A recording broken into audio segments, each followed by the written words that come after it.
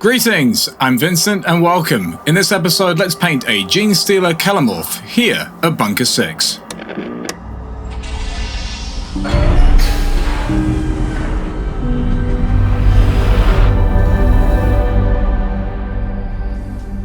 Now, this is the first time I've ever painted such a complex model at this scale on my channel, so apologies for how long the video is. I don't expect many people to watch it to the end.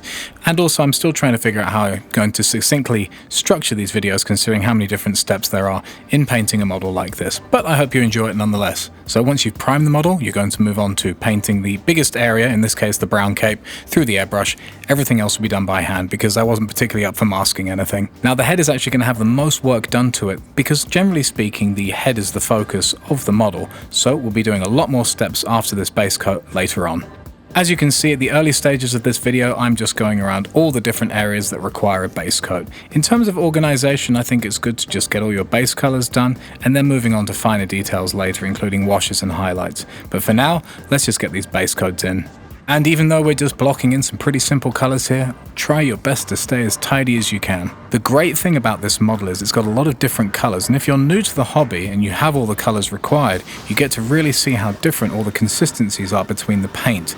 Not all paints are created the same, so some paints might require just 2 coats while other paints require 4 or 5. But patience is the key. Don't put too much paint on your brush and just take your time. Otherwise you can start really making the surfaces of these models uneven. And when you've got a complex model like this, it's best to keep things thin and under control.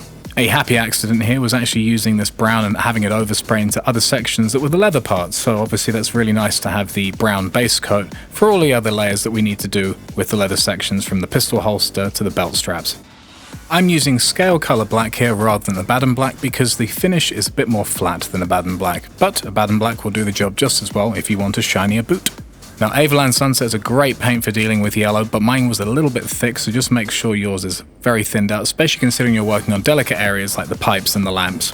Now I'm moving on to some of the metallics here, in this case the silver. Do make sure you use one of your least favorite brushes because the metal flakes can damage your bristles, and also use a separate pot of water so you don't contaminate your regular pot of water when dealing with metallics. If you want something close to this, I recommend doing a 50-50 mix of Games Workshop Lead Belcher and Iron Breaker. Now we're moving on to these copper sections or gold sections. I'm starting with brassy brass because it's going to give a nice orangey tone which will cut through and be a nice contrast when we move to the more yellow tones later on in the highlights. The good thing is these are Genestealers, so you can get quite messy with these metallics. Nothing needs to be too crisp like say if you were painting a Space Marine.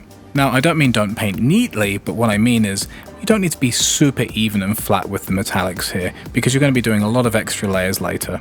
If you want to be super neat, you can actually do a base coat of a bone color here rather than just going straight over the metallic silver, but I thought it was going to be fine considering how many layers of other paints I was going to be putting over the top. Now, I felt like I got to a good place with all of my base colors. I think that I covered pretty much every area that needed the specific color required, and I put Agrax Earthshade over those specific areas to give an even finish and feel to the model. When you're putting this amount of wash on a model, just make sure you're very aware of where it's pooling. Now, all I'm doing is using the Agrax over the areas that do require it on the model rather than the entire model, because there's also washes that are going to be used for other parts, for example the purples and blues, which we'll move on to now. I'm using Drachenhof Nightshade for the blue, but you can actually use Nuln Oil if you want a more aggressive and higher contrast finish when it comes to putting wash over these blue body sections.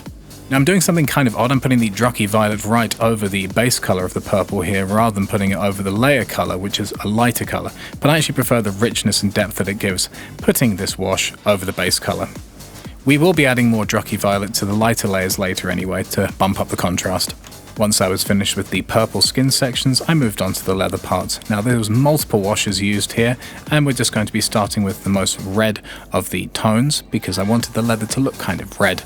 I like red looking leather, it's always a nice contrast with all the other colors that are going on this model too. I also wanted the leather parts to stand out a little bit from the brownness of the cape, so I didn't want there to be too much brownness overwhelming the model. Now with the Reikland Flesh Shade, I did actually add that as a wash to the leather parts, but also some of the gold parts too, because it's a complementary tone to the gold. Now, one issue that you can run into with washes is it generally makes things quite dull, so we're going to be introducing some of the very, very bright silvers back into the top areas of the chains and other such parts of the silver metallic sections, just so we can bring some edges back that the wash had taken away.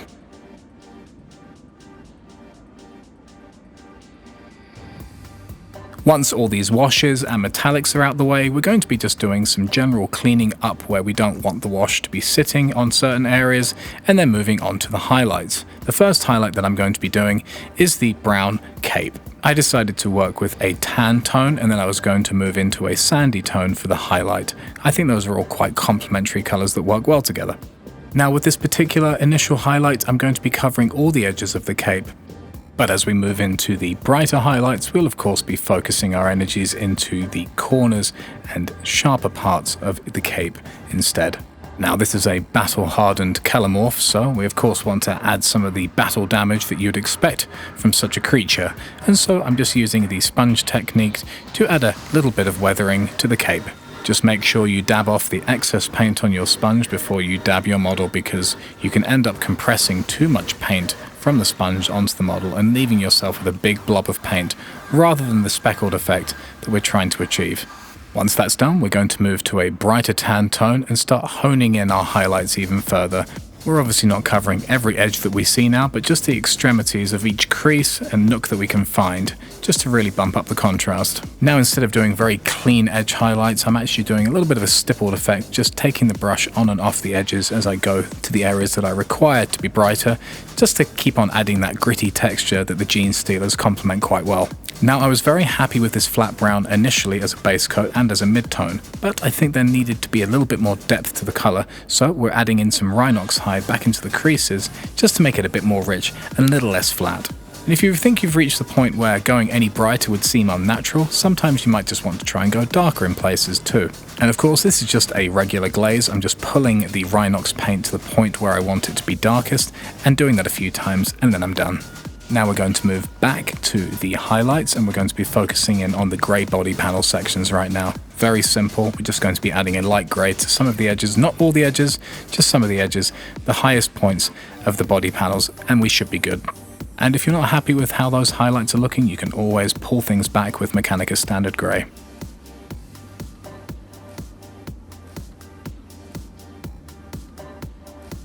The Retributor Gold became the main mid-tone gold for these sections, and then we actually added a very, very bright flash silver highlight for some of the edges just to make it pop. Now if you don't have these Vallejo silvers that I'm using, you can always use the GW alternatives, which are Runefang Steel or Stormhost Silver.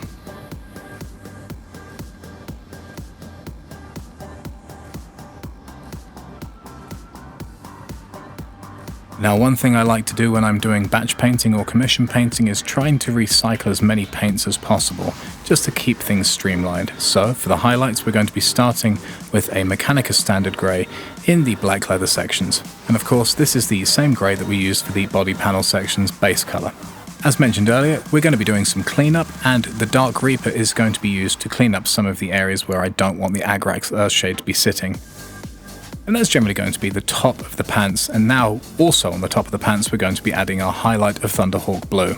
We want to be pulling the paint towards the top center of the pants and making sure we're not pushing the paint down into the darker crevices. But don't stress, if you do make a mistake you can always bring back the Dark Reaper and Agrax Earthshade to reintroduce darker elements into the tones if necessary. Now as you can see, I'm basically edge highlighting these creases right now, but because this is fabric rather than metal, we're actually going to be pulling the Fenrisian Grey from the dark sections up into those edge highlights just to soften the contrast a little bit. When you actually do the glazing, make sure the paint is very thin. It takes multiple layers to create the effect. Don't think you can achieve it with just one paint stroke. It will require multiple. Staying in line with the highlights, I'm now moving on to the leather sections using a nice bright orangey brown. The Games Workshop browns are absolutely fantastic. They're very rich and very punchy. I do like Vallejo for their flatness, but they're more realistic tones, whereas the GW ones really pop. It's not always the case, but generally speaking, the brighter you go, the smaller area you're trying to cover. I say this in pretty much every video, but it's true. Once I was satisfied with those brown sections, I moved on to what is for me the trickiest part of any Genestealer model, which is the purple skin. There's something about these purple paints that I still find quite unpredictable, but practice makes perfect, I guess.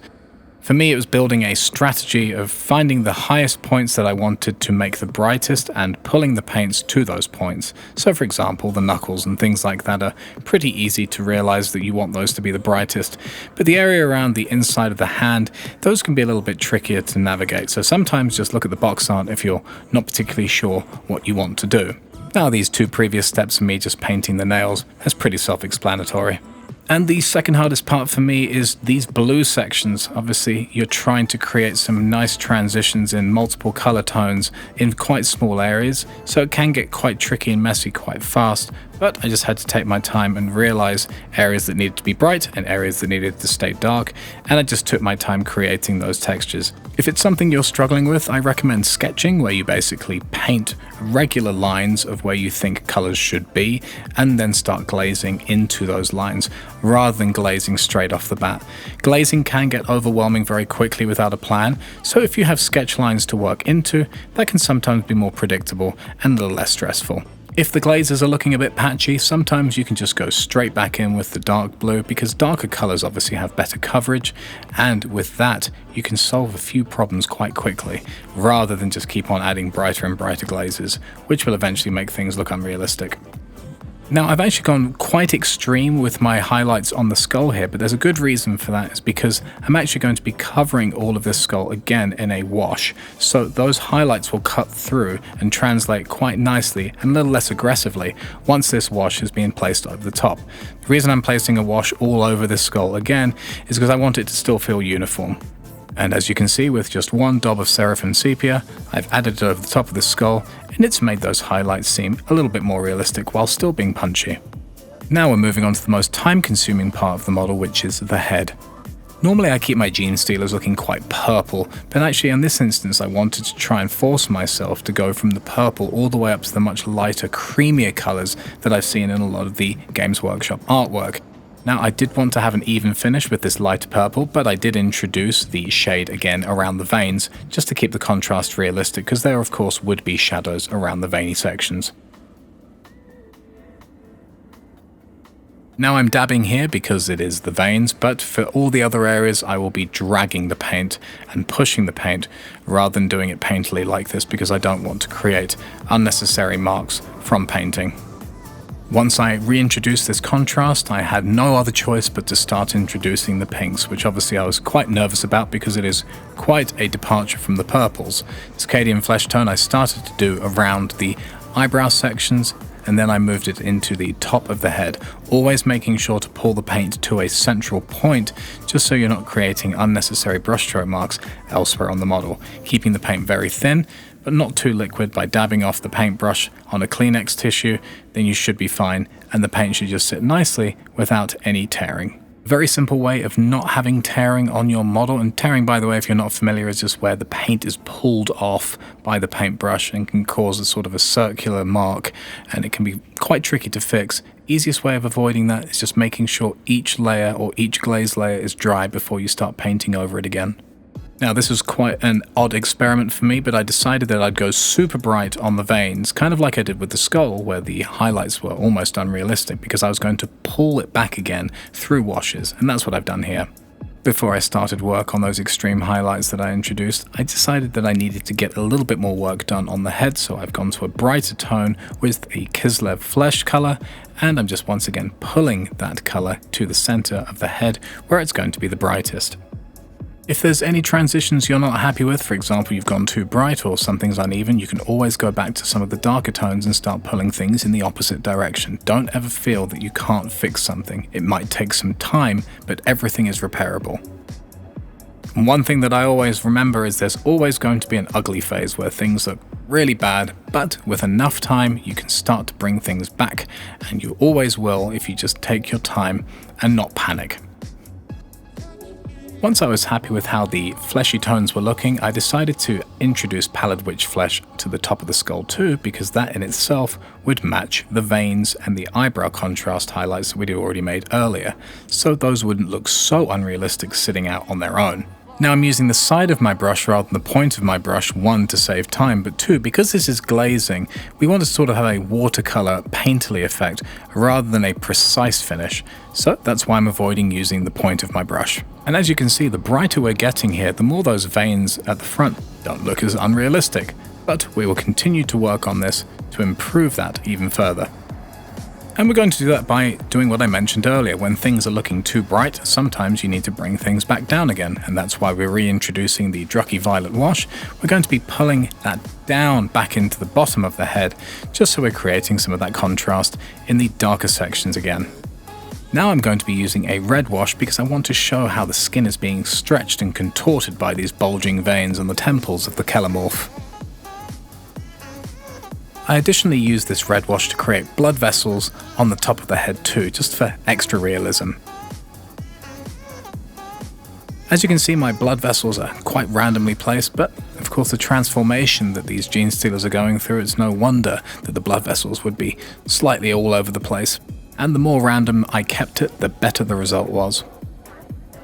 Saving grace for me on this head was the Reichland Flesh Shade. I was using it in areas where I feel that my glazing was a little bit rough, and this just really kept things held together quite nicely. You could add more and more of it to create depth, and you could just use one clean layer of it just to tidy up some of the glazing a little bit too.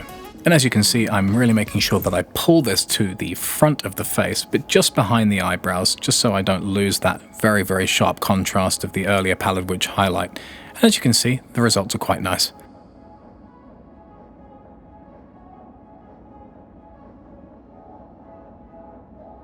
I then decided to just finish off the highlights around the face mask with Amethyst-on Red. I treated this particular highlight not just as an edge highlight, but also as a layer paint too, so it's going to be sitting not just on the edges, but also in the flat areas too, but just making sure that I've still left enough depth for the previous darker tones where they needed to be left.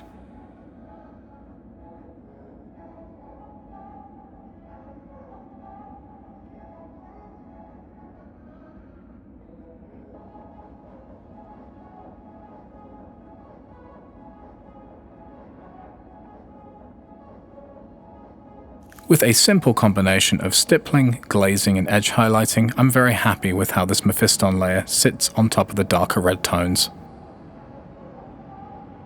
The final highlight that I'm going to be adding is an Evil Sun Scarlet, just in a few areas here and there, but mainly wanting to be pulling those highlights to the center of the face mask.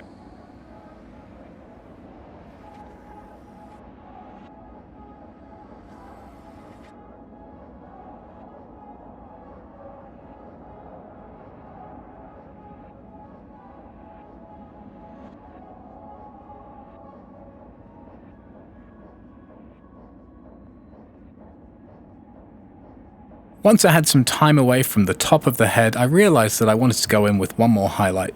Now, it's always good to sometimes take a break from certain parts of a model just to give yourself some perspective, and in this case I decided, after some time just doing that face mask, that there needed to be this additional pale sand highlight for the very top of the head.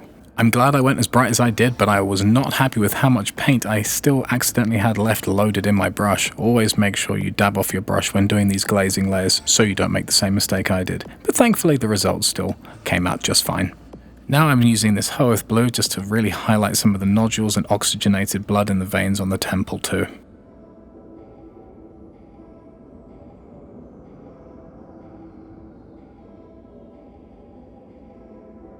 Now this is one of the simplest and quickest steps, but also one of the trickiest. Of course, it's the eyes, and it's just a couple of dabs of Euro Yellow in the eye sockets.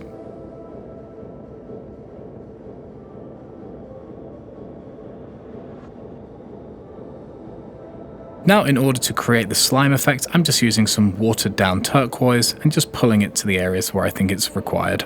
If any mistakes are made, you can always use the previous colors that are required for those sections. So for example, there's some blue paint on the skull. I can easily cover that over either with a skull highlight or a skull midtone later on. It's no big issue.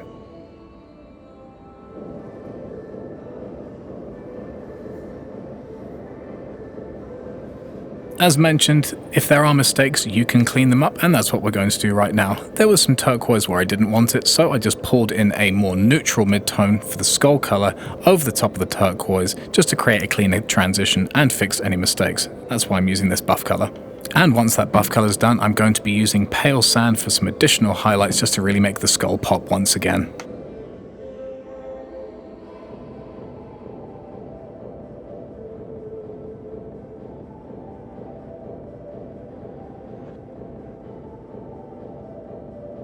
I decided to not go all the way up to brilliant white, but instead went to an ivory just because I felt it has a more realistic finish.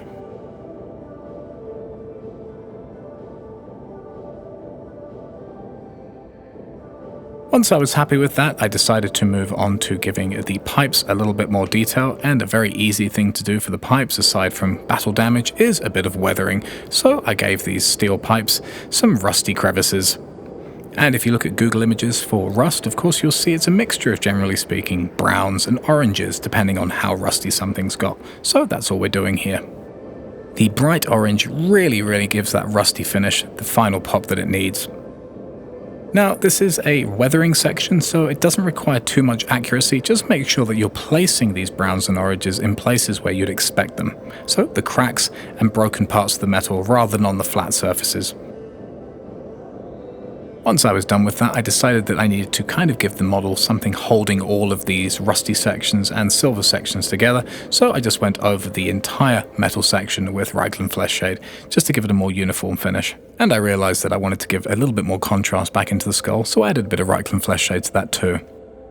One of the last things that needed painting on the model was the sword at the back, so we're just going to be doing all the steps to make that happen. As you can see, I'm starting with quite a dark bluey green, but then we're going to be working our way up to lighter green and then into some blues, which gives this sword quite an interesting finish. The jewels are going to be having the green to yellow radar finish, so basically from Warpstone Glow to Moot Green all the way up to Euro Yellow, which is kind of a classic thing that you find in a lot of Games Workshop schemes when it comes to things like screens and jewels and radar systems. The brighter you go, the more yellow you're going to be heading towards, so that's what we're going to be doing here. This colour of the jewel is Caliban Green, and then we're going to be adding a brighter green with Warpstone Glow, then a smaller area will be covered with Moot Green, and then finally a punchy highlight of Euro Yellow will really finish this jewel section off. You can see in this shot we're getting super thin here, we're getting down to single bristle territory, which tells you how little yellow you're going to need at the very end once we finish this Moot Green layer. And if you don't have a pot of Moot Green, but you do have a pot of Warpstone Glow and Euro Yellow, you can always mix the two together to get a pretty close representation of Moot Green instead. Once we were done with the jewel section, I finished off the sword highlights. In order to progress to the brighter blue sections, I needed a good contrasting color to get us there. So Dark Reaper was a really nice color to transition from the very dark green base coat that we have into the blues that we're going to be using for our highest highlights. Once I was happy with that, I moved on to using Rust Grey for some edge highlighting. Now there's some very tricky edges on the top of the flat surface of the blade, which can be quite tricky, but always remember you can go back in and tidy things up if you need to with the darker colors from earlier. Once you're happy with that and you've done any necessary tidy up that you have to do, then you can move on to the final highlight, which in this case is Fenrisian Grey. And once again, we're just going to be focusing this highlight right in all the sharpest, highest points of the sculpt. The sharper you can keep these lines, the better, because you want to give it that real definition to really exemplify how sharp this blade really is.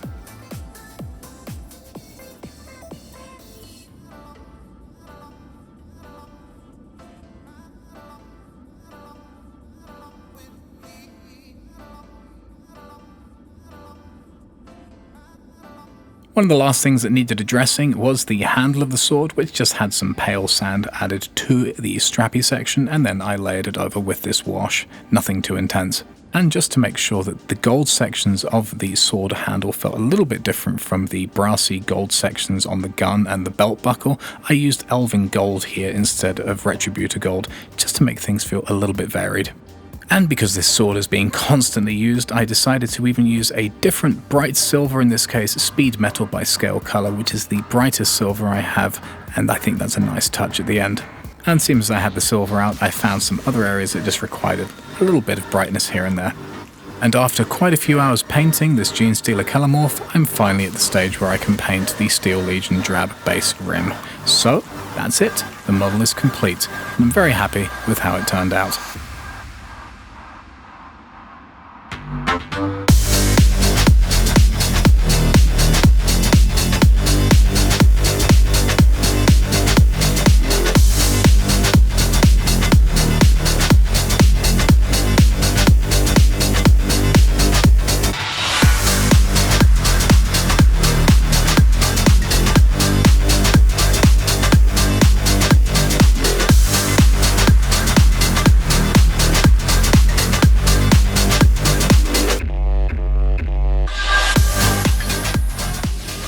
Thank you so much for watching until the end. I hope you enjoyed the episode. My apologies that it's not epic 40k content, but sometimes I get commissions that come in, and I thought I should try and get some of this filmed on camera. I have 5 more Genestealer characters to paint, and I'm going to attempt to film those as well. But we shall see. It is quite a lot of things to record, and it takes quite some time to edit. But, as always, until next time, I'm signing off from here at Bunker 6.